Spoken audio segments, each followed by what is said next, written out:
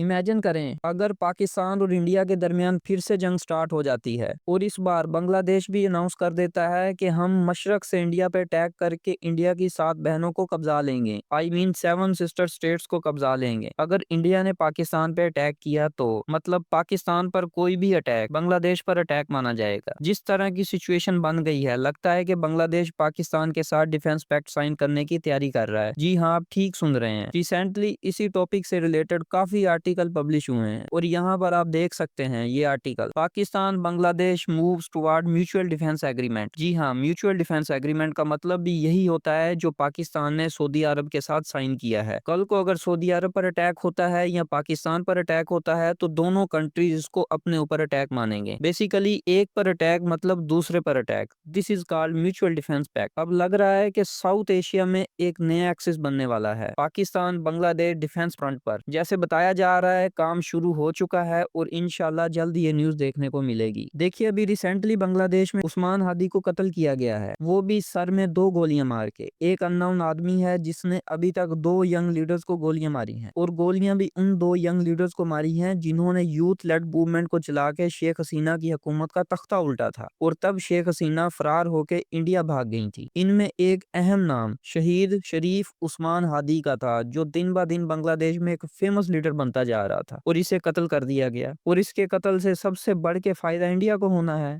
تو مان لیجئے اس قتل کے پیچھے کون ہے۔ اور عثمان ہادی کے قتل کے بعد بنگلہ دیش میں پرزور احتجاج دیکھنے کو ملا انڈیا کے اگینسٹ۔ یوتھ ڈیمانڈ کر رہی ہے کہ انڈیا کی 7 بہنوں پر قبضہ کر لیا جائے۔ ریسنٹلی آپ نے دیکھا ہوگا کہ جب پاکستان کے 4 سٹار جنرل ساحر شمشاد مرزا بنگلہ دیش گئے تھے، تب بنگلہ دیش کے انٹرم گورنمنٹ کے پرائم منسٹر شیخ محمد یونس نے انہیں ایک کتاب تحفے میں دی تھی جس پہ گریٹر بنگال کا نقشہ بنا ہوا تھا، اور انڈیا یہ بات اچھے سے جانتا ہے کہ بنگلہ دیش میں کسی بھی ایسی تحریک کو اٹھنے نہیں دینا جو گریٹر بنگال کی بات کرے۔ اسی لیے انڈیا ہر اس لیڈر کو سائیڈ لائن لگانے کی کوشش کرے گا جو بنگلہ دیش کے حقوق کی بات کرے گا، اور اسی لیے بنگلہ دیش کو ضرورت ہے پاکستان کے ساتھ ڈیفنس پیکٹ سائن کرنے کی۔ اور اسی کی ایک نشاندہی ہمارے DGISPR نے بھی کی تھی کہ اگر انڈیا نے اب کوئی فالس فلیگ آپریشن کیا تو اس بار جواب زیادہ بھیانک ہوگا اور مشرق سے دیا جائے گا جہاں سے انڈیا سوچ بھی نہیں سکتا۔ تو DGISPR کے اس بیان سے یہ اندازہ لگایا جا سکتا ہے کہ پاکستان اور بنگلہ دیش ڈیفنس پیکٹ سائن کرنے جا رہے ہیں۔ دیکھیں اگر آپ جیو پولیٹکس کو سمجھتے ہیں تو آپ یہ بات بھی ضرور سمجھتے ہوں گے کہ بنگلہ دیش ایک چھوٹا کنٹری ہے، ملٹری لحاظ سے کافی کمزور ہے۔ مطلب اس سینس میں دیکھیں کہ انڈین ملٹری بنگلہ دیش کی نسبت بہت بڑی ہے، اور جب بھی بنگلہ دیش میں کوئی ایسی موومنٹ اٹھے گی کہ بنگلہ دیش کو انڈیا کے اثر و رسوخ سے آزاد کیا جائے، بنگلہ دیش کی سوورنٹی کی بات تو ہوگی، آزاد اور خود مختار بنگلہ دیش کی بات ہوگی،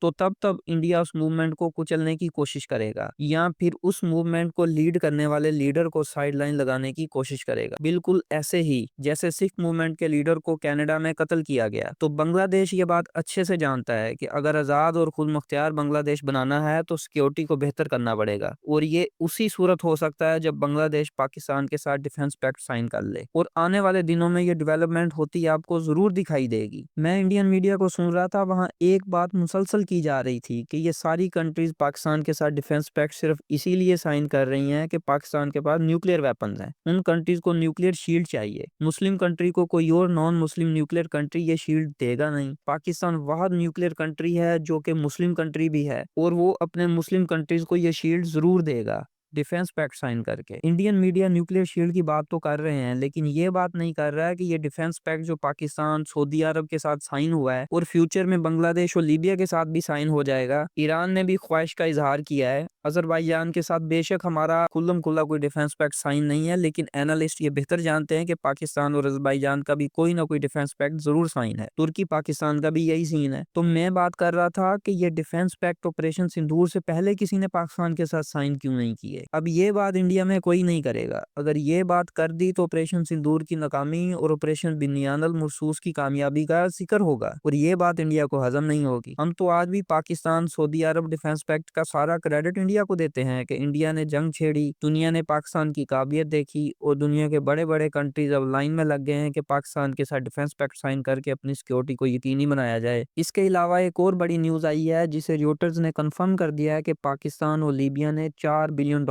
کی ڈیل سائن کر لی ہے۔ جس میں پاکستان لیبیا کو $4 بلین مالیت کے ہتھیار فراہم کرے گا۔ اور یہاں آپ دیکھ سکتے ہیں ریوٹرز نے ویریفائی کیا ہے کہ اس ڈیل کی کاپی ریوٹرز کے رپورٹر نے دیکھی ہے، جہاں Pakistan 16 GF-17 thunder block 3 multi role combat training اور 12 super Mushshak trainer aircraft Libya کو فراہم کرے گا۔ ریوٹرز کے مطابق یہ ڈیل $4 بلین سے لے کے $4.6 بلین تک کی ہے، اور یہ ڈیل اس ٹائم سامنے آئی ہے جب ہمارے field marshal Asim Munir Libya کے وزٹ پہ گئے ہوئے تھے، جہاں فیلڈ مارشل عاصم منیر کا انبلیویبل ویلکم کیا گیا، حد سے زیادہ پروٹوکول دیا گیا۔ یہ ویڈیو میں آپ دیکھ سکتے ہیں۔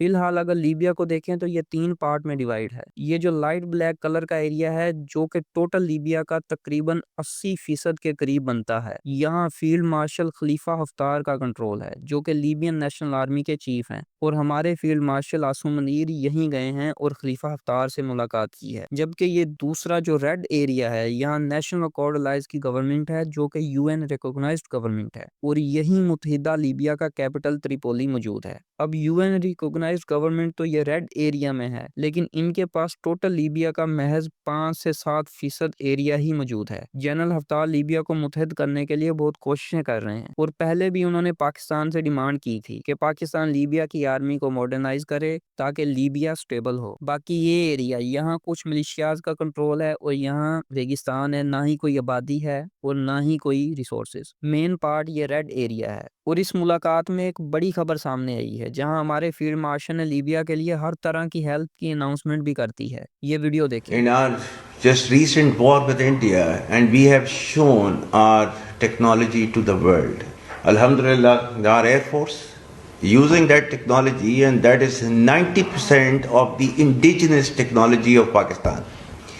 And Alhamdulillah, with his blessings, his nusra and his mercies, the air domain, Rafale, Su-30, MiG-29, Mirage 2000, Alhamdulillah, S-400, all taken out. And as I said last night also to my brother Saddam, that every piece of equipment and technology which is there with Pakistan is available for our brothers. Yeah, in terms of any assistance that you need from Pakistan, that will be available at your doorsteps, inshallah.